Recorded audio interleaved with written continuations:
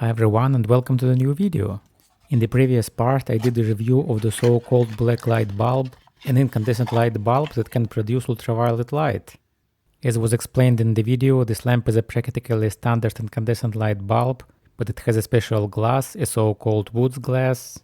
This glass is transparent for the UV, which allows us to use this lamp as a cheap source of the ultraviolet light.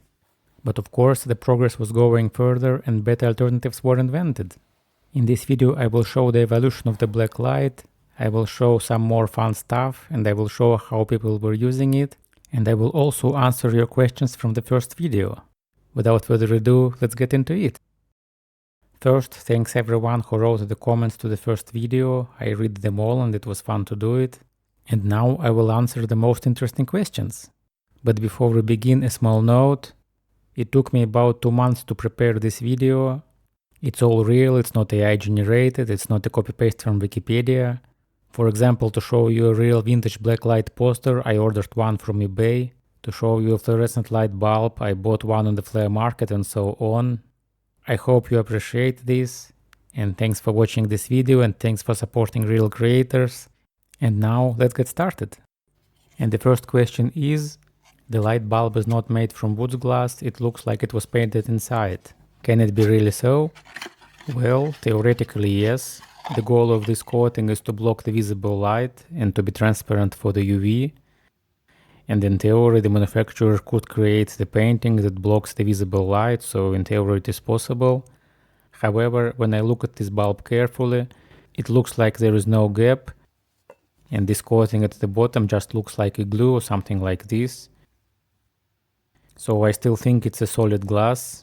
Is it the original recipe of the Woods glass or not? Honestly, I don't know, but for me it looks like a solid glass and not a painting. Anyway, thanks for the good question. And the next interesting message is that I did not mention how hot these light bulbs are. And this is indeed true, and it is easy to explain why.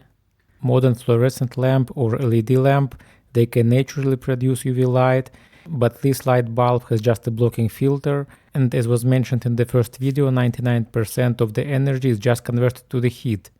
So it is not surprising that this lamp can be incredibly hot. If for example this lamp is 70 watts, this practically means that this lamp generates 69 watts of heat, which is a lot.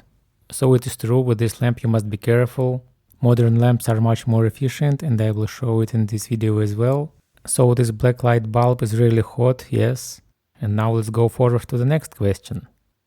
And the next message is, there are special quartz lamps which emits a strong UV light capable of killing bacteria or viruses.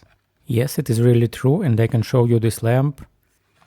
As you can see, it looks like a standard fluorescent lamp, but it doesn't have a special coating, and the low pressure gas inside is producing the UVC light. It's a very short wavelength of about 250 nanometers. Even after looking on this lamp for several minutes, you can have a pain in your eyes, so be careful. Obviously it is a bright source and most of the UV you cannot see, but still the color is beautiful. And yes, these lamps are capable of killing bacteria and viruses. There were even some cases when event organizers occasionally bought these lamps instead of normal UV lamps. And the next day people were complaining about a pain in the eyes, so be careful. And now let's go to the next question. And the next question is interesting. The tonic water will glow blue under the UV light. Yes, it is really true, and I can show it. Tonic water glows under the UV light because it naturally contains quinine. This is a bottle of tonic that I bought for this test, and as you can see, under the UV light this bottle really glows and the color is nice.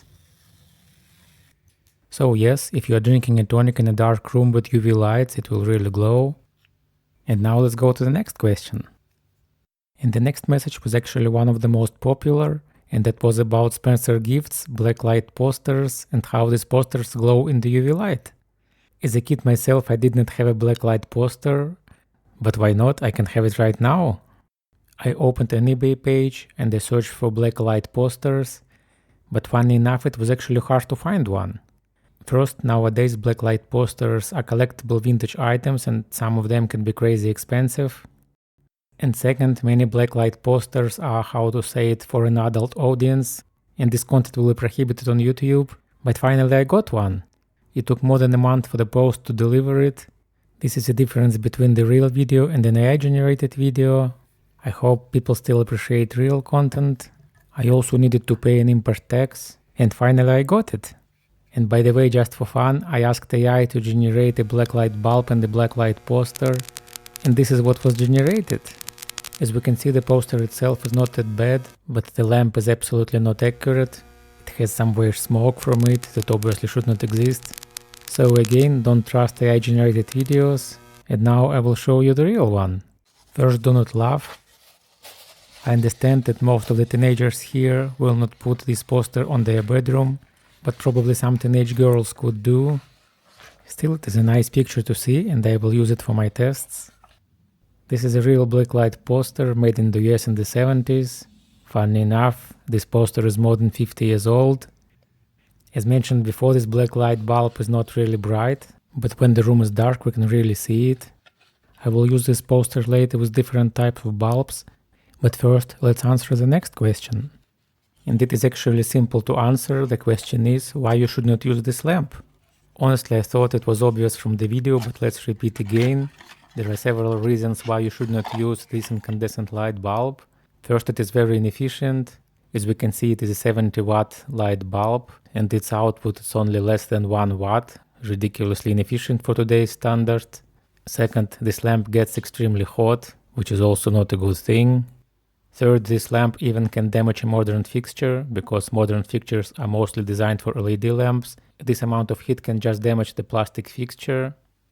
And last but not least, this bulb is a rare vintage item, and I mean it's really rare. These bulbs has a limited lifespan, and when I was preparing the first video, they were just 0 items on eBay. So if you have this old light bulb, maybe you can sell it and buy several modern LED lamps for this cost. And even if you have this bulb, it's just better to keep it as an interesting historical artifact.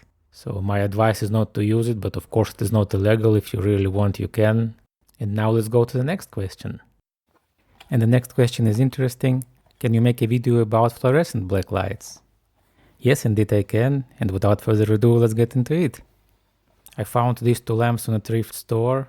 They are physically similar, but the form factor is different. This is a classical fluorescent lamp, and this is more modern compact fluorescent light bulb, which is obviously easier to install, and this is newer technology. Let's get into it and see how it works. First, we should understand the most important difference. The blacklight bulb with the wood glass is just a standard incandescent lamp that has a blocking filter on it, so practically this lamp generates less than 1% of the UV light. But the fluorescent lamp natively makes the UV light, so it's much more efficient process. The fluorescent lamps appeared in the 1930s or 1940s. First models were made by GE company, so it's also a pretty old technology. So how the fluorescent lamp works? It has a low pressure gas inside, and the gas also contains mercury vapor. The UVC light produced by the gas strikes the phosphor coating, and the phosphor coating produces more safe UVA or UVB light. So it's an interesting technology, and it's a real quantum process in action. I did a separate video about experiments with fluorescent lamps. It can be interesting for you to watch this. But what is important for us, the efficiency is much higher. And we can also easily see the difference with the spectrum. Now I will take a spectrometer and I will measure the spectrum of the blacklight bulb and the spectrum of the fluorescent light bulb. And as we can see, it is completely different. The first spectrum is just a classical blocking filter that was displayed in the first video. And on the second spectrum, you can see these vertical strips. This UV lamp produces UV in these wavelengths only. It's not a continuous one, but it is much more efficient. And as we can see, the power consumption is also much smaller, but also there is a cost for it. This lamp is much bigger and it is much more expensive. That's why incandescent light bulbs were popular for so long time. And now let's see how different objects glow. And our first object will be the uranium glass. I bought this glass in Czech Republic, in Prague. Uranium glass was popular 100 years ago, and its production mostly stopped in the 1940s. Uranium glass is useful for this test because it glows in the UV light. And as we can see on the radiation detector, it is also slightly radioactive. However, it is not dangerous.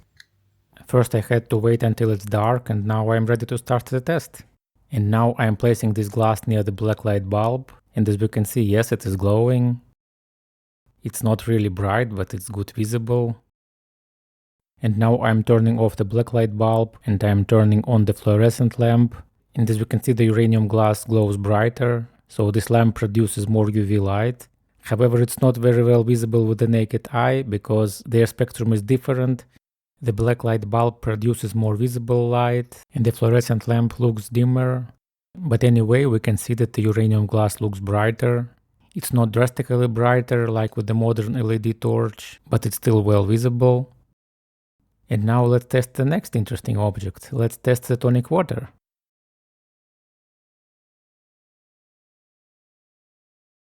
And as we can see, the first result is interesting. Surprisingly to me, near the blacklight bulb the tonic water doesn't glow at all.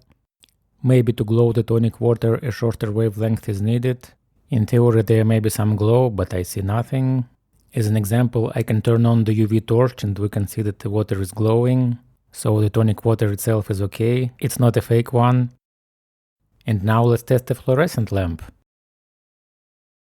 And yes, we can see that the water is glowing. I can turn off the fluorescent lamp and turn on the blacklight bulb again, and we can see the difference. Practically I don't know the reason. If you know it, please write in the comments below. I think the tonic water needs a shorter UV wavelength, but maybe I'm wrong. And now it's time to test the blacklight poster. It was not so easy to film the blacklight poster because it's pretty large. But yes, I turned on the blacklight bulb, and as we can see the poster is glowing. And we can also see the difference when I turn the bulb on and off. For the blacklight posters, manufacturers specially used the colors which glow in the UV, so it's well visible. And there is also one surprising thing here. Despite the fact that the blacklight bulb produces less UV, the blacklight poster still looks bright, and it was surprising. When I turn on the fluorescent lamp, the brightness difference is not so big. I think the reason here is opposite to the tonic water. Tonic water needs a shorter UV length to glow, but the blacklight poster manufacturers specially used colors that glow in the violet and ultraviolet light. It was known that people are using blacklight bulbs, and manufacturers specially selected colors that looks bright, which kind of makes sense, right? As a result, I did two pictures with my phone. On the left picture, the poster is illuminated by the blacklight bulb, and on the right picture, the poster is illuminated with the fluorescent lamp, and as we can see, the brightness is practically the same. So the colors in this poster were specially selected to glow bright in both lights, which is interesting to see. And now let's go to the next step. Let's go several decades further and compare the fluorescent lamp and the compact fluorescent lamp. And this is the compact fluorescent lamp I have. I also bought it on the flea market. And visually a compact fluorescent lamp looks similar to a big fluorescent lamp, but it has this spiral shape, and obviously it is more compact. Also the required driver is hidden inside the bulb, so it is fully compatible with the standard T27 socket, which is easy for people to install, you don't need a special fixture. I think these lamps became popular in the 90s. And now let's see how it works. As a first step, let's measure a spectrum. And as we can see, the spectrum is generally the same compared to the big fluorescent lamp, which is not surprising, the principle is the same and we can see the same spectral emission lines. But interestingly, the compact fluorescent lamp is brighter and it also has a higher temperature. I have a feeling that on a compact fluorescent lamp, the manufacturers pushed the limit harder and this tube has a higher current and higher brightness, and maybe its longevity is smaller. As you can see, this lamp consumes about 15 watts, and on a thermal image you can see that its temperature about 2 times higher compared to a big lamp, which may be not surprising because a compact fluorescent lamp has a smaller surface, so its brightness per inch is higher. And now let's see how the uranium glass glows. First I'm testing the big fluorescent tube, and you can see the glass is glowing well. You already see it in this video before. And now I'm turning on the compact fluorescent lamp. And as we can see, it is brighter. It's not drastically brighter, but there is a difference. Maybe it is because the compact fluorescent lamp is physically compact, so it has a more brightness near its surface. Maybe in total the big fluorescent tube produces the same light, but near the compact lamp the light intensity is higher. But anyway, we can see that uranium glass is glowing well. And now let's test the tonic water. This is the big fluorescent tube, and as we can see the tonic water is glowing. You saw it in the video before, and you can see this nice blue glow. And now I'm switching to the compact fluorescent lamp. And it's hard to tell on the camera, but I think it's a bit brighter. But generally the physics of the glow is practically the same.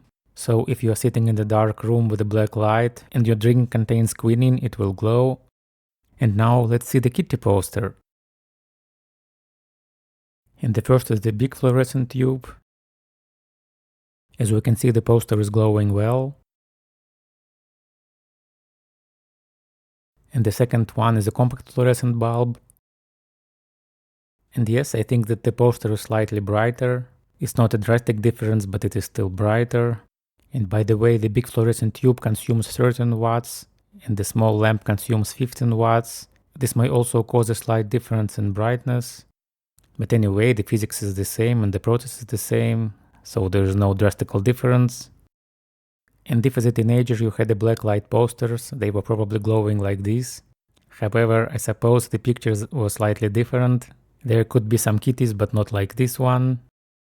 And now let's make a short summary. Here we can see 100 years of history of the black light. The first lamp has a wood glass. It's practically a standard incandescent lamp with a blocking filter on it. This glass was invented in the beginning of the 20th century. It's a pretty old technology. As we saw in the tests, it was terribly inefficient, but it was able to produce some UV. And the second technology is a standard fluorescent lamp. They appeared in about 1940s. These lamps were much more efficient and they were able to natively produce UV light. And the third lamp is a relatively modern compact fluorescent lamp. This technology appeared in the 90s or maybe in the late 80s. The physics was generally the same, but these lamps are more compact and they are easier to install. They don't need a special fixture. And obviously later modern LEDs were created. And most of modern black lamps contain LEDs.